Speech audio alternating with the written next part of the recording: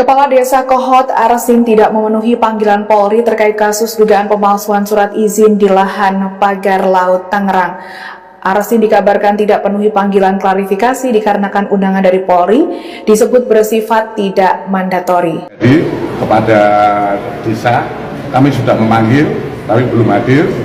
Tentu saja kalau dalam proses ini kita berangkat dari SHGB. Dikutip dari Kompas.com dijelaskan oleh Direktur Tindak Pidana Umum Bareskrim Mabes Polri Brigjen Juhandani Rahadjo Puro di Gedung Bareskrim Polri Jakarta Selatan, Selasa 4 Februari 2025. Juhandani mengatakan Polri sudah memanggil Arsin untuk klarifikasi namun tak memenuhi undangan tersebut. Dijelaskan Juhandani bahwa dalam undangan tersebut bersifat klarifikasi proses lidik. Dirinya menambahkan klarifikasi ini sifatnya undangan dan diberikan kebebasan untuk tidak menghadiri undangan tersebut.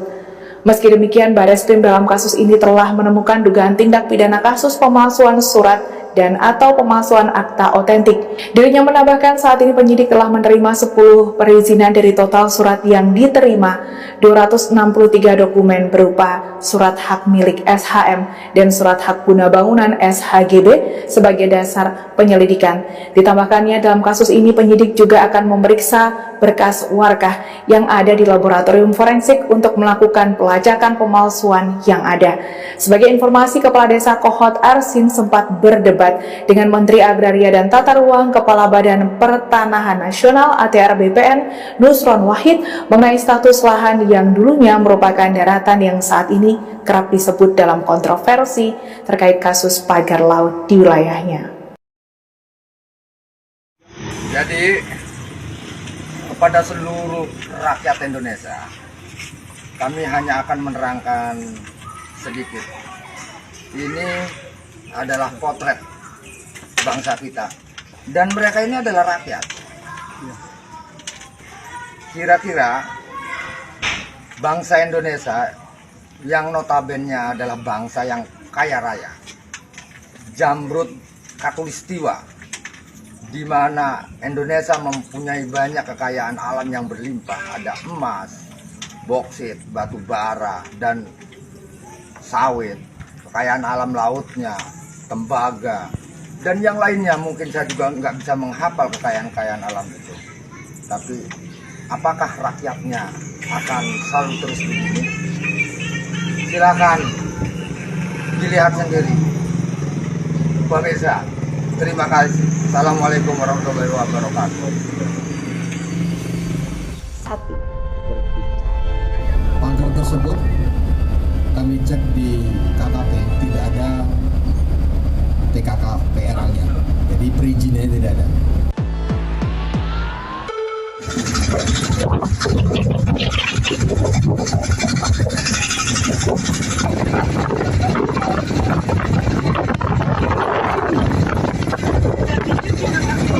Apakah Bapak PJ tahu kerusakan yang terjadi di PIK 2 sekarang ini? Belum tahu. Tidak tahu. Inilah kualitas gubernur kita. Bagaimana mungkin kita bisa menyelamatkan tanah Banten kalau gubernur yang dipilih, yang dilantik seperti ini model? Saya baru 1 minggu Pak dilantik di sini. Bapak kan hidup sudah lama di sini Pak. Di Indonesia sudah lama kan hidup. Pagar itu mengganggu sekali saat ini gitu kan. Kalau kemarin belum, karena pagarnya kan masih belum tebal ya. Nah, jadi sekarang udah merasa keganggu ya. Tadi itu yang sempat teman-teman katakan ya, awalnya 10 liter jadi 20 liter solarnya gitu kan. Jadi otomatis mengganggu, dan juga akses jalannya itu ya biasanya bebas gitu, sekarang harus milih-milih gitu kan. Bukan dari kami. Kalau kami ini kan lokasikan kan di daratan, di laut. Jadi itu bukan dari kami, nanti untuk hal itu dan kuasa saja ya. Lalu siapa yang membuat yang disebut pagar yang keliru itu? Itu swadaya masyarakat. Tujuannya apa? Tentu tadi. 1, abrasi. Karena yang kita tempati hari ini saja, saking di atas laut, dulu sekitar 30 sampai 40 tahun lalu ini daratan, teman-teman.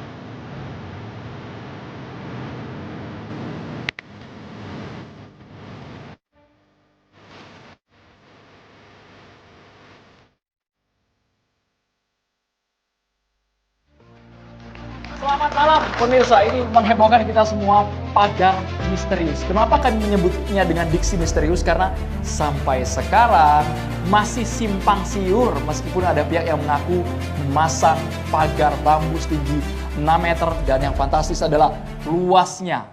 Awalnya tuh apa adanya, buka-bukaan saja Pak ya malam hari ini. Oke, kalau gitu langsung saja kita juga akan perkenalkan narasumber kami satu persatu sudah hadir bersama dengan kami. Ada yang cantik jelita, ada Mbak Susan Herawati selaku Sekjen Koalisi Rakyat untuk Keadilan Perikanan atau Kiara. Selamat malam, silakan disapa Mbak.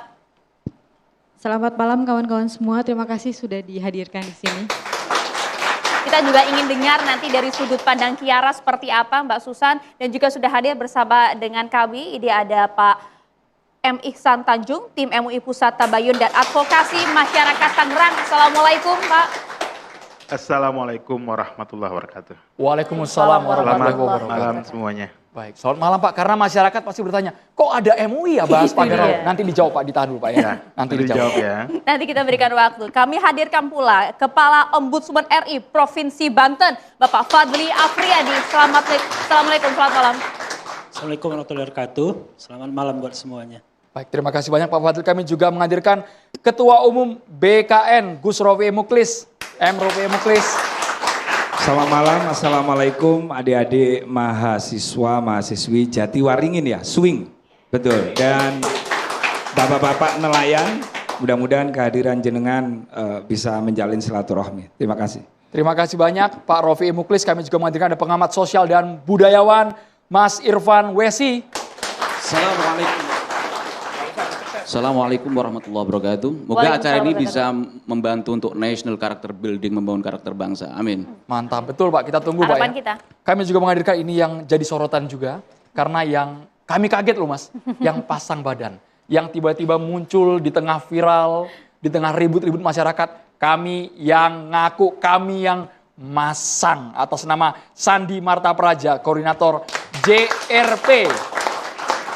Selamat malam Mas Andi. Baik, bismillahirrahmanirrahim. Assalamualaikum warahmatullahi wabarakatuh. Waalaikumsalam Hidup warahmatullahi rakyat. Baik, tadi perlu diluruskan ya teman-teman ya. Nanti kita berikan waktu ya Mas sabar, ya. sabar. Tenang Mas. Mas Andi udah tenang. mau ngegas duluan ini. Sabar Mas Andi. Kami juga menghadirkan agar ini objektif, berimbang juga dari pihak pemerintah.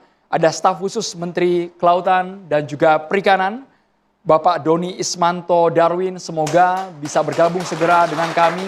Karena kami heran Pak, ini sudah terpasang dari Agustus 2024 sampai dengan awal tahun 2025, kok baru sekarang riak-riaknya Pak? Berbulan-bulan kemana saja? Pemerintah tahu nggak ada yang masang itu? Apakah dipasang malam-malam? Nah, ada yang ngasih honor buat kalau masangnya ya? Kalau 30 km sih nggak mungkin dalam waktu singkat kan Andro? Nggak mungkin. Itu orang satu atau banyak orang? Nggak mungkin juga kan ya? Nah itu dia, kita coba tanya langsung. Pak Holid, bagaimana sebenarnya sih Pak? Anda kan salah satu nelayan yang mengaku terdampak dengan adanya pembangunan ini. Silakan Pak. Ya, terima kasih. Mungkin ini saya akan cerita terkait pengalaman ya, empiris ya. Ya saya pikir ini bukan hal yang gaib gitu kan, atau misalnya kalau kata klinik. Bukan. Apa tuh Pak? Artinya masa sejenis bentuk yang terindra kok pada nggak tahu gitu. Jangan-jangan artinya kita ini sebagai nelayan yang dirugikan gitu kan. Kita ini sedang dikelola oleh seseorang yang kerangka berpikirnya ini cacat. Artinya memasukkan lingkaran yang besar ke dalam lingkaran yang kecil. Lebih jelasnya begini. Suatu kekuatan negara sebutnya, kekuatan negara, tapi ini dipeluk dakom gitu kan, dikoptasi lah gitu, dikoptasi oleh perusahaan-perusahaan gitu kan, perusahaan-perusahaan, sehingga kami dikelola itu. Makanya kami melihat ini, saya pikir kalau ngomong proyek PIK 2 PSN ini, saya pikir ini brutal. Terlalu dolim. Kalau Pak Holid ini termasuk yang diuntungkan atau dirugikan dengan adanya? Atau dirugikan. Kalau misalnya saya adalah orang yang diuntungkan, berarti tergolong saya ini orang yang berpikirnya minha. Minha itu setengah dari 100 PA. Kalau saya sebagai warga nelayan, warga petani, kemudian ada proyek PSN PIK 2 yang di PSN ini adalah misalnya diuntungkan, ya saya anggap saya ini nggak normal. Sebentar Bapak, sebelum kita menuding perusahaan atau Bapak tadi sudah secara gamblang Iya. menyebutkan PIK 2, Proyek. kami ingin tahu, ini kan berbulan-bulan. Iya. Berbulan-bulan, apakah betul pendapatan tergerus? Karena di satu sisi ada nelayan lain yang bilang, memang kami yang memasang inisiatif. Jadi nelayan yang mana yang kami percaya Bapak? Ya, kan kita punya cara berpikir rasional. Masa sih nggak bisa ngebaca mana yang ngaco, mana yang enggak? Wong saya aja nelayan bisa kok. Saya nelayan bisa melihat mana yang benar, mana yang salah. Dibangun untuk memecah ombak, untuk mengatasi Nih, abrasi. maaf ya. Pak Holid. Saya pertama berpikir, oh ini untuk budidaya rumput laut. Saya pikir ini juga bukan metodenya seperti itu. Saya mencoba berpikir untuk jadi nelayan sero. Nelayan sero itu adalah perangkap ikan yang harus memasang bambu-bambu yang panjang, kemudian ada waring di bawah, kemudian ada sebutnya jeratan ikan di situ. Ternyata saya amat-amati ini juga bukan sero. Kemudian untuk rumpon udang. Saya lihat itu juga bukan metodenya gitu. Rumpan udang, Pak? Rumpon. Rumpon, ini istilah-istilah lain juga perlu Bapak sederhanakan Pak ya, Iya. supaya publik tahu. Rumpon, Pak, ya? kalau rumpon pasti tahu. Oke. Apalagi KKP, tahu. Ya saya lihat rumpon ya juga bukan. Wah jangan-jangan ini buat budidaya kerang hijau. Ini udah positif thinking banget. Iya, Pak, ya? saya positif, belajar positif terus gitu kan. Gitu kan. Nah, saya lihat budidaya kerang hijau juga bukan seperti itu modelnya. Kalau misalnya ada yang mengatakan, saudara Sandi mengatakan, oh ini beruntung buat masyarakat, ternyata ditumbuhi kerang hijau. Ya jangankan bambu, kelapa juga kalau ditancapin lama-lama mah ditumbuhin kerang hijau. Cuman budidayanya nggak model begitu. Gitu. Karena saya juga pembudidaya gitu kan. Lah kemudian saya berpikir positif terus, nggak ketemu, nggak cocok dengan apa yang saya lihat. Pagar-pagar yang ada di laut ini yang merugikan saya ini nggak cocok kata saya. Akhirnya saya berpikir, wah kalau saya lihat dari atas kok seperti tambak. Karena di dalam bambu yang di tap itu kan, yang dipasang di ini, itu ada geledag, namanya gedag. Kalau saya manggilnya apa ya? Pelupuh yang taruh di atas bambu. Ya. Kemudian sisi kiri sisi kanannya ditaruhin item-item pararet gitu kan. Nah kalau kita senter dari atas itu seperti gili tambak. Wah kata saya ini kok, waduh jangan-jangan ini ada transaksi gelap tentang kaping laut gitu kan. Saya curiga itu, baru tuh saya negatif nih pikirnya nih. Wah jangan-jangan ini seolah-olah dibikin seperti tambak. Kemudian beberapa orang cari girik.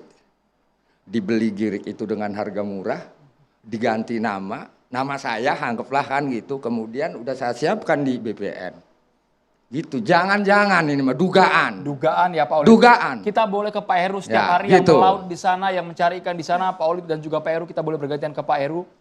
Gak pernah lihat sama sekali Pak, 5-6 bulan ada orang yang masang itu secara sengaja? Kalau Pak Heru? saya alamatnya di sana kan, domisili usaha di sana. Saya punya salah satu nelayan tradisional Pak. Jadi pasang bubu kepiting, juga punya budidaya kerang hijau atau Phenipheridis ya. Juga saya memiliki objek wisata mangrove di sana. Jadi kebetulan tahu lah. Dari mulai pengiriman sampai penancapan itu saya perhatikan tahu lah tiap harinya. Pengiriman bambu itu menggunakan alat-alat berat atau bagaimana itu Pak? Pengiriman itu dari mobil truk Bu. Malam tuh 5 ngompoy. Lewat, Malam hari? Iya malam hari.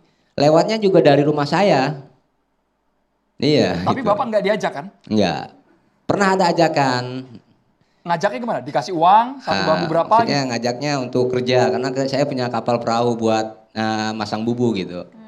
Itu pernah. Cuman saya pikir proyek dari mana gitu kan. Kita pengen tahu persis lah. Takutnya nggak dibayar lagi kan gitu. Itu persoalannya juga, itu sangat ya setelah lama kemudian ya dulu sih cuma pagar membentang ya. Nah, ke sekarang udah ngotak-ngotak ya, benar kata Pak Khalid tuh. Jangan-jangan gitu, ada apa-apanya. Pada saat nancepin pertama kali tuh Pak bambu-bambu itu nggak sempet nanya, ini buat apa? Oh sempat. Ngobrol dengan para pekerja di sana. Sempat nanya. Nah iya sempat nanya, Pak mohon maaf ini buat apa? Buat pagar laut loh. Kok laut di pagar gitu, buat apa? Ya katanya sih buat PIK 2 gitu, Agung Sedayu kata si karyawannya itu. Itu jelas disampaikan. Jelas ya? disampaikan. Itu seperti itu. Nah sekarang tuh tempat bongkaran bambunya ada eksekusi apa? Ya seperti itulah. Siapa yang masang nggak tahu. Ya yang jelas sudah ada tanda di situ. Sekarang sudah disegel ya Pak Sudah ya? disegel gitu. Baik, berarti Pak ini sekali lagi kami garis bawahi bukan ujuk-ujuk muncul bambunya. Oh iya. Tapi betul-betul ada orang yang memasang. Iya. Kalau pengamatan Bapak apa? Dimobilisasi orangnya banyak gitu Pak, masang secara serentak Oh tiap malam? enggak. Kurang lebih 10 orang lah yang saya tahu. Sampai apal Pak, jumlah orangnya sampai apal nih Bapak. Sampai kan ini 30 km loh Pak. Iya, Setiap biasa malam tiap berarti, hari. Setiap hari, setiap malam. Iya. Tiap hari jalan itu.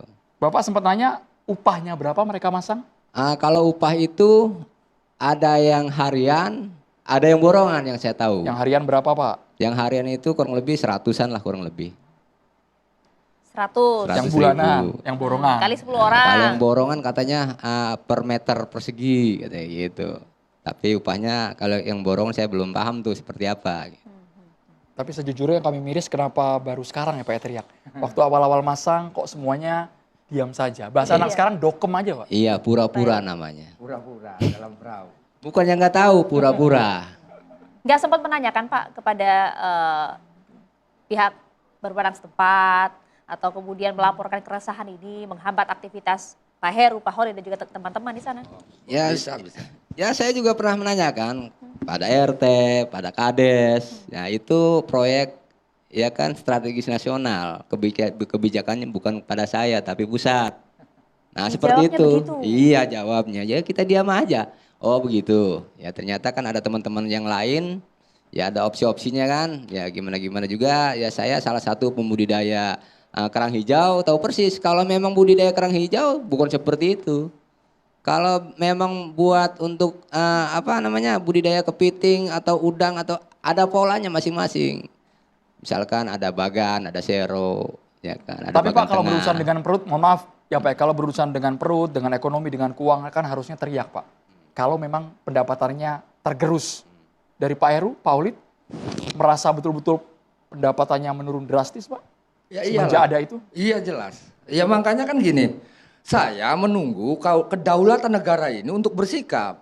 Karena saya tidak melihat negara di situ. Dampaknya apa sih Pak? Kita ingin lihat sebenarnya berpengaruh seberapa besar terhadap para nelayan Gimana di sana? ya, yang namanya laut itu adalah dapur saya. Ya bagaimana kalau dapur saya ini diacak-acak, di kotak-kotak atau ruang lingkup saya geraknya itu dipersempit. Misalnya nih, sekarang ini cuaca buruk. Kalau ke tengah, yang namanya nelayan tradisional kan ukuran perahunya juga enggak maksimal. Ya saya harus cari ke pinggir. Nah di pinggir, di pagar. Gimana itu? Tapi Pak Heru? Jadi harus putar lebih jauh lagi. Iyalah, harus cari tempat-tempat wilayah ikan yang itu saya harus dapat gitu kan. Tapi Pak Heru, Pak Khalid sudah mendengar apa yang dikatakan Mas Andi, ternyata pagar bambu itu tidak semata dipasang, ada dampak positifnya kata Mas Andi. Sudah, saya sudah tahu. Bahkan saya kenal dia. Sudah ngobrol?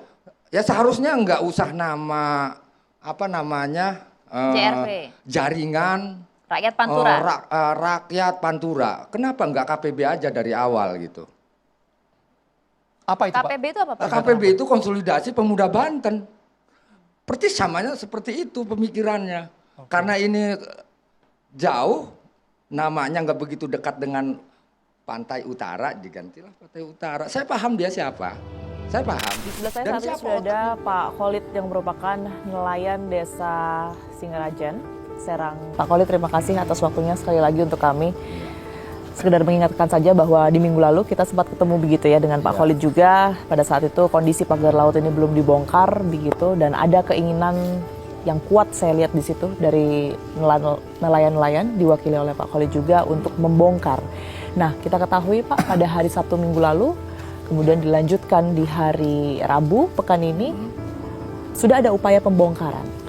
Nah, kemudian respon dari nelayan melihat beberapa unsur pihak melakukan pembongkaran ini seperti apa, Pak Khalid? Sebenarnya masih tetap saya apresiasi juga ya atas tindakan pengelola negara, pemerintah gitu kan. Walaupun ya kami awal-awal kan sebenarnya mah kan pertama itu TNI AL gitu kan, turun.